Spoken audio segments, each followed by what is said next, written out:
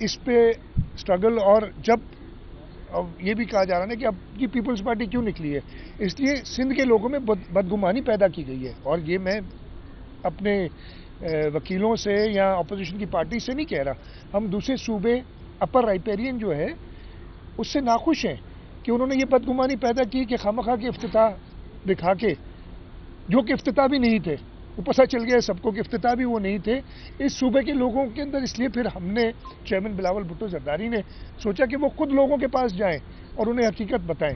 تو اس لیے جلسے جلوس کر رہے ہیں. میری صرف ایک درخواست ہے، میں ختم کر لوں، ایک درخواست ہے، ہم ساتھ ہیں اس پورے. ہم یہ نہیں کہتا کہ ہم آگے چلیں بھائی، ہم آپ کے پیچھے ہیں. جو بھی آپ جس چیز میں آپ کا ایگو سیٹسفائی ہو میں تیار ہوں. یہ آپ نے کیا، میں یہ بھی ماننے کے لیے بہت شکریہ آپ کا، بہت مہربانی، اچھی بات ہے. میں تو ایک بار بھی، اور بڑی افسوس کی بات ہے کہ انہوں نے ہمارے لیے ہر قسم کی باتیں کی، اپوزیشن نے ہر قسم کی. لیکن میں نے آج تک یہی کہا ہے، صرف ایک چیز سے غلط خبر نہ دیں، لوگوں کے اندر خامخواہ کا اضطراب نہ پھیلائیں. پروجیکٹ جولائی سے رکا ہوا ہے، پروجیکٹ کا اپروول ایکنک میں نومبر سے رکا ہوا ہے، ایکنک نے اپروو نہیں کیا، اس لیے کہ سندھ حکومت نے کہہ دیا ہے کہ ہم اس کو سپورٹ نہیں کریں گے. اور وفاقی حکومت کا اس حد تک میں شکر گزار ہوں کہ انہوں نے ایکنک میں اس کو آگے نہیں بڑھایا. لیکن اس بات پہ میں ناخوش ہوں کہ انہوں نے اس کو ابھی تک ختم کیوں نہیں کیا. اور ہم یہی چاہ رہے ہیں کہ یہ جلد سے جلد اعلان ہو کہ یہ پروجیکٹ ختم. ہاں، جو پانی کے مسائل ہیں، جو ہمارے یہاں جو فوڈ سیکیورٹی کے مسائل ہیں، اس پہ ہم بات کرنے کے لیے وفاق سے تیار ہیں کہ کیسے اس کو ایڈریس کیا جائے. یہ کنالوں سے ایڈریس نہیں ہوگا، یہ ہم اپنی پروڈکٹیوٹی بڑھا کے ایڈریس ہوگا، یہ ہم better efficient use of water سے ایڈریس ہوگا، جو ہم بتا چکے ہیں. تو جو میں کہہ رہا ہوں کہ میں سب دوستوں سے، چاہے وہ وکلاء ہوں، چاہے اپوزیشن کی جماعتیں ہوں، احتجاج کریں، ضرور کریں. اس لیے کہ اچھی بات ہے نا، وہی کاز ہے جو میرا کاز ہے، جو سندھ کے لوگوں کا کاز ہے. لیکن جو لوگوں کو تکلیف آ رہی ہے اس کا بھی تھوڑا سا خیال کر لیں. احتجاج کے کئی طریقے ہوتے ہیں. آپ روڈ بلاک کر کے احتجاج کرنا، اپنے سندھ کے لوگوں کو ہی تکلیف میں ڈالنا، کیا یہ مناسب ہے؟ میں کہہ رہا ہوں، میں مائنڈ نہیں کر رہا ہوں ان کے احتجاج کو، لیکن یہ تو سوچیں نا کہ آپ نے اگر 700-800 لوگ ہوں یا 1000 ہوں یا 50,000 لوگ ہوں، مطلب مجھے نہیں گنتی میں نہیں کرنا چاہ رہا، اس لیے گنتی کروں گا تو پھر ناراض ہو جائیں گے کہ کتنے لوگ ہیں یا کتنے نہیں ہیں. یا 10-15 لوگ اگر M9 کو بند کر دیں اور حکومت سندھ کچھ نہ کرے، اس لیے کہ ہم چاہتے ہیں کہ اس کینال کے معاملے پہ سب ساتھ رہے، اکٹھے رہے. ان کو بھی یہ سوچنا چاہیے کہ سندھ کے لوگوں کو ساتھ رکھنا ہے. جو تکالیف ہو رہی ہیں، میں نے ادھر دیکھا ہے، جو میرے پاس ویڈیوز آئی ہیں، ایمبولینسز کو روکا گیا ہے، پھر بعد میں چھوڑ دیا گیا ہے. وہاں پہ مویشی ہیں جو شدید تکلیف میں ہیں، اور ان کے مالکان شدید تکلیف میں ہیں. تو برائے مہربانی احتجاج اپنا جاری رکھیں. ہم آپ کے احتجاج کو سپورٹ کرتے ہیں، لیکن لوگوں کو تکلیف میں نہ لائیں. احتجاج کا طریقہ یہ بھی ہو سکتا ہے، روڈ سے آپ ہٹ کے سائڈ روڈ کھلا رکھیں، سب لوگ دیکھ رہے ہیں، آپ جتنے بھی لوگ ہیں. میں تو کہہ رہا ہوں کہ جب روڈ پہ ہوتے ہیں نا تو ہم شاید کم گنتے ہیں، جب ایک جگہ کھڑے ہوں گے تو ہمیں پتہ چلے گا کہ لاکھوں لوگ جمع ہیں یا کروڑوں لوگ جمع ہیں، وہ سب آپ بھی رپورٹ کریں گے. لیکن روڈ بند کرنے سے آپ اپنے لوگوں کو تکلیف میں ڈال رہے ہیں. یہ میں گارنٹی دے رہا ہوں، اگر آپ میرے سے گارنٹی کسی قسم کی بھی لینا چاہتے ہیں کہ یہ کنال کے پروجیکٹس کو سندھ حکومت، پاکستان پیپلز پارٹی سندھ کے لوگوں کی طاقت کی وجہ سے، پاکستان کے لوگوں کی طاقت کی وجہ سے کبھی بننے نہیں دے گی. آپ نے جس طرح ذکر کیا کہ وفاق کی حکومت اس طرح جو پورے پاکستان میں اس وقت لوگ بند ہیں، گڈ ٹرانسپورٹیشن بند ہے، وفاق کی حکومت کی سنجیدگی کہاں ہے کہ وزیر اعظم لاہور کے وزیر اعظم ہے، وفاق کی حکومت کی کہیں سنجیدگی نظر آ رہی ہے، کسی سطح پر رابطہ ہو رہا ہے؟ میں نے آپ کو بتایا نا، آج سے کچھ دنوں پہلے، 3 دن پہلے غالباً رانا ثناء اللہ صاحب نے ایک بیان دیا تھا. اس بیان میں انہوں نے کہا کہ جی مجھے، جو میں نے سنا تھا کہ وزیر اعظم صاحب سے اور میاں محمد نواز شریف صاحب سے ہمیں ڈائریکشنز آئی ہیں کہ آپ انگیج کریں. ہم نے اسی وقت اس کو ویلکم کیا. شرجیل انعام میمن صاحب نے جو پارٹی لیڈرشپ اور سب صلاح مشورے کے بعد کہا جی ہم اس کو بالکل ویلکم کرتے ہیں. اگلے دن رانا ثناء اللہ صاحب کا فون آیا، اس کو بھی ہم نے ویلکم کیا. تو وہ انگیجمنٹ انہوں نے کی تو ہے. اچھا، میں صرف یہ کہہ رہا ہوں کہ کیا کوئی مجھے بتا دے کہ اگست کے بعد، جولائی اگست نے جو کیا وہ کام بھی نہیں ہوا ہے. میں پھر سے بتا رہا ہوں کہ وہ کام میں کچھ تھوڑا سا مٹی ادھر ادھر کر دی ہے, مطلب 0.00001% کام جو ہوا ہے وہ بھی آج سے 10 مہینے پہلے. اس کے علاوہ جب کام نہیں ہوا تو یہ تو سندھ حکومت ہے نا. ادھر جو لوگ شروع ہوئے, آپ پہلے نکال کے دیکھ لیں, نومبر میں پہلا بیان آیا تھا کسی کا, پھر دسمبر, پھر جنوری, پھر وکلا بھی آ گئے. میں سب کو ویلکم کر رہا ہوں. میں تو پھر سے آپ سے کہہ رہا ہوں کہ وہی میرا کاز ہے نا, یعنی سندھ کے لوگوں کا کاز ہے, تو میں کیوں ناراض ہوں گا. لیکن ایک چیز اور ذرا دیکھ لیں, میں اگین یہ کہنا نہیں چاہتا, لیکن کسی کے ہاتھوں میں تو نہیں کھیل رہے. بہت غور سے دیکھیں, اگر ہم فیل ہو گئے ہو نا, میں بہت پہلے کہا تھا بھائی اگر ہم فیل ہو جائے, اللہ نہ کرے کہ ہم سمجھیں کہ بات ہمارے ہاتھ سے نکل گئی ہے, تو پھر تو ہم بھی کال دیں گے. ہم بھی سیاسی جماعت ہیں, ہر قسم کے احتجاج جانتے ہیں, ہم نے پہلے بھی کیا, ہم نے ڈکٹیٹرس کے خلاف کیا, ہم آگے بھی کر سکتے ہیں. لیکن اگر ہو نا, لیکن آپ ایک چیز جو کہ بنی نہیں رہی, ہاں پلانز ہیں, میں پہلے بھی کہہ چکا, آپ لوگ ناراض ہوتے ہیں یار پلان تو ہے, پلان کوئی بھی بنا سکتا ہے. وہ روکی ہوئی ہے, ہم نے اپروول نہیں ہونے دیا. اس کے باوجود اگر آپ اس نہج پہ باتوں کو لے آئیں گے, جیسے میں نے کہا نا, احتجاج ضرور کریں, روڈ بلاک کریں, لوگوں کو تکلیف ہو, تو کوئی اور فیکٹرز پلے ان کر سکتے ہیں. وہ کیوں نہیں سمجھ آ رہی کہ کیا کسی کے ہاتھوں میں تو نہیں کھیل رہے. اگین میں کسی کی نیت پہ شک نہیں کر رہا ہوں, شاید وہ یہ سوچ نہیں رہے. اور میں وفاقی حکومت سے یہ ضرور کہوں گا کہ چیزیں درست نہیں ہیں اس وقت, انہیں جلد ایکشن لینا چاہیے. میں امید کرتا ہوں کہ اگلے 2-3 آج جہاں تک مجھے پتا ہے پرائم منسٹر صاحب ٹرکی جا رہے ہیں, یا چلے گئے ہیں, روانہ ہو گئے ترکیہ. یہ مجھے پتا ہے کہ کل شاید واپس آ رہے ہیں. میں امید کرتا ہوں کہ پرائم منسٹر صاحب سندھ کے لوگوں کی, ایون اپر رائپیرین میں, لوور اپر رائپیرین, یہ سندھ پنجاب کا جھگڑا نہیں ہے, لوگوں کا جھگڑا نہیں ہے. یہ اپر لوور رائپیرین کا تو میرے اپنی شاخ پہ جس پہ میں ہوں ادھر بھی جھگڑے ہوتے ہیں, آپ کو پتہ ہے. لیکن حکومت کا کام ہے کہ وہ انصاف کے ساتھ اس پہ فیصلہ کرے. ایون انگریزوں نے جب اپر رائپیرین نے اسکیمز بنانی چاہی تو لوور رائپیرین کے اعتراض پہ انگریزوں نے اسکیمز, جب انگریز حکومت کرتا تھا اس ملک پہ, اس خطے میں, انہوں نے نہیں الاؤ کیا تھا. تو پرائم منسٹر صاحب انصاف سے کام کریں گے, مجھے پوری امید ہے. اس لیے کہ میں یہ کہوں گا نا کہ انہیں پتہ ہے کہ کانسیکوینسز کیا ہیں, اس کے سب کو پتہ ہے.